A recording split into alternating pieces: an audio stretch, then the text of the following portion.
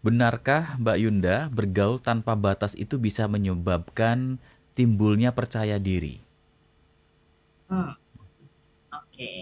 Bergaul tanpa batas itu bisa menimbulkan kepercayaan diri. Nah, kita ini adalah manusia. Manusia itu adalah makhluk sosial, ya. Mampu beradaptasi, mampu membangun relasi yang luas, itu mungkin saja bisa meningkatkan kepercayaan diri kita. Mhm. Karena ya itu tadi ya, apa namanya, kita mampu mengaktualisasikan diri di berbagai situasi, di berbagai lingkungan. Itu menunjukkan bahwa kita cukup percaya diri ya, cukup mampu beradaptasi di berbagai situasi. Nah, namun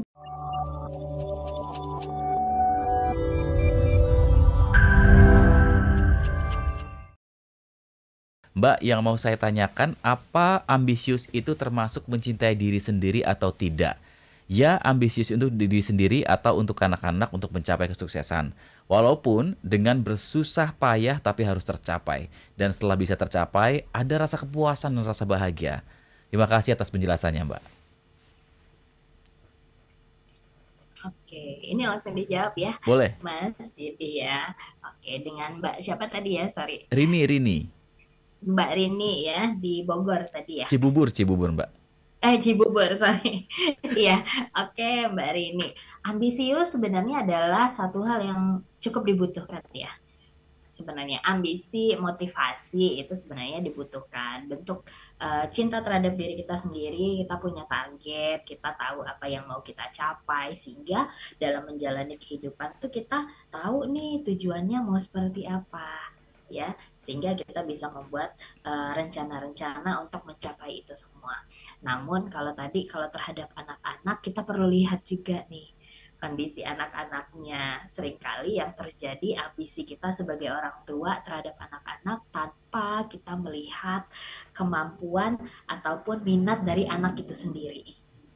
Ya, jadi anak-anak tidak bisa mengembangkan dirinya secara utuh, jadi cuma mengikuti kehendak orang tuanya saja. Kalau terhadap diri sendiri, ambisi itu perlu.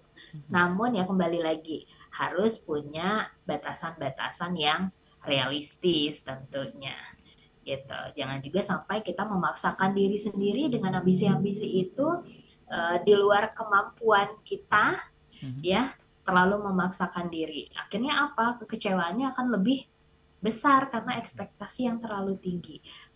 Sejauh dari kita paham ada konsekuensi dari apa yang kita pilih. Kalau misalnya kita punya ambisi, misalnya saya di usia kalau anak-anak zaman sekarang ya 1 miliar di usia 20 tahun gitu ya. Ya, memang bisa memungkinkan, saat ini memungkinkan, namun tidak semua orang bisa gitu ya. Ambisi untuk itu boleh ya, dengan agar kita mau berusaha. Namun cukup realistis tidak, sebanding tidak dengan usaha, sebanding tidak dengan peluang-peluang yang kita miliki. Artinya kalau kita sudah menetapkan tujuan itu, kita perlu mempersiapkan diri untuk gagal. Hmm. Ya, ya. Ya. Nah, kalau kita jatuh akhirnya overthinking terhadap kegagalan tersebut, akhirnya ambisi itu menjadi satu hal yang negatif ya. Mhm. Ya. Jadi tergantung sudut pandang kita. Kita harus siap menerima semua konsekuensi dari tiap pilihan kita. Baik. Semoga membantu Bu Rini. Kemudian ada Sarah di Bekasi. Benarkah Mbak Yunda bergaul tanpa batas itu bisa menyebabkan timbulnya percaya diri? Hmm, oke.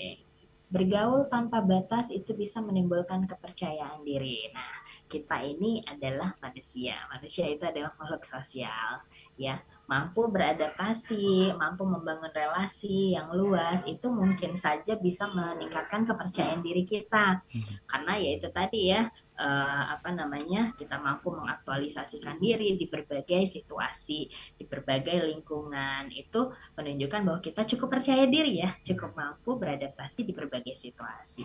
Nah, namun ya kalau tadi dikatakan uh, sorry apa tadi cukup mampu untuk apa tadi ya Mas ya? Menimbulkan percaya Menimbulkan percaya diri. kepercayaan diri. Ya. Iya, iya. Artinya kan dengan kita mampu untuk membangun relasi yang sehat tentunya ya, Membangun relasi yang sehat itu artinya kita punya keyakinan nih atas kemampuan relasi interpersonal kita. Namun kembali lagi perlu ada batasan-batasan tertentu. Jangan juga akhirnya kita karena kan biasanya ada tipikal orang yang ekstrovert, namun juga ada orang yang introvert. Bukan berarti orang yang tidak bergaul itu akhirnya tidak sehat ya secara mental. Bisa jadi memang dia tipikal orang yang kebutuhan untuk berelasinya terbatas gitu ya. Bisa dengan kita bersosialisasi, punya lingkungan yang luas gitu ya, punya kalau ke sini ada teman, ke sana ada teman, ya menunjukkan bahwa kita memang tipikal orang yang sociable, yang punya kepercayaan diri yang cukup tinggi memang. Oke. Ya. Mbak Sarah, ya terima kasih pertanyaannya, semoga membantu. Terima kasih Mbak Yunda. Wow, ini ramai nih. Pertanyaan berikutnya Mbak Yunda, boleh ya? Oke, Oke. boleh, boleh, boleh, silakan. Dari Aura di Medan. Selamat malam Mbak Sarah, Mas Yudi. Bagaimana jika seseorang merasa sulit mencintai dirinya sendiri karena ada pengalaman buruk di masa lalu? Wah, ada trauma berarti nih Mbak ya? Atau gimana nih, ada pengalaman buruk yang tidak bisa pulih, belum selesai, masih belum sembuh begitu ya? Oke, kalau kita bicara masalah trauma, kita mundur lagi ke belakang, ada yang disebut dengan situasi krisis. Situasi krisis adalah situasi yang menekan, ya, Mhm. sendiri. Nah, di saat situasi krisis ini dirasakan cukup berat, ya, cukup berat, jadi kayak kita stuck di pemikiran, di kejadian itu, emosinya masih sama, padahal udah eh, terjadi bertahun-tahun gitu misalnya. Bisa jadi itu mengindikasikan kita memaknai kejadian itu sebagai peristiwa yang traumatis. Ya, nah kalau tadi dikatakan nggak bisa mencintai diri sendiri karena kejadian-kejadian sebelumnya. Kembali lagi, kalau kita pakai pendekatan behavioristik itu berfokus pada here and now, di sini dan sekarang. Masa lalu itu adalah satu kejadian yang memang adalah bagian dari diri kita. Untuk berdamai, salah satunya bisa dengan memaafkan. Memaafkan itu bukan untuk orang lain yang sudah melakukan itu ya, bukan untuk mereka, tapi lebih kepada kita melepaskan diri kita dari emosi-emosi negatif yang selama ini menghukum kita, gitu. Nah, kalau kita kesulitan untuk mencintai diri sendiri, kalau misalnya kita sudah melakukan tadi contohnya ya, coba untuk merawat diri, kemudian coba lakukan eh, kalau sekarang tuh banyak meditasi Mhm. gitu ya, relaksasi, atau journaling, self compassion tadi yang sudah dijelaskan. Kalau masih kesulitan juga, mungkin sudah waktunya Mbak Dini tadi, Mbak Aura. Mbak siapa yang dari Mbak Aura Ya. dari Medan, mungkin sudah saatnya untuk coba untuk datang ke profesional gitu. Kadang memang kita manusia ini punya keterbatasan untuk menghadapi atau mengatasi permasalahan kita sendiri. Nah, self love karena bagian dari self care tadi Mhm. itu adalah berani atau mau menerima bantuan. Itu menjadi salah satu indikasi untuk kita mencintai diri kita sendiri.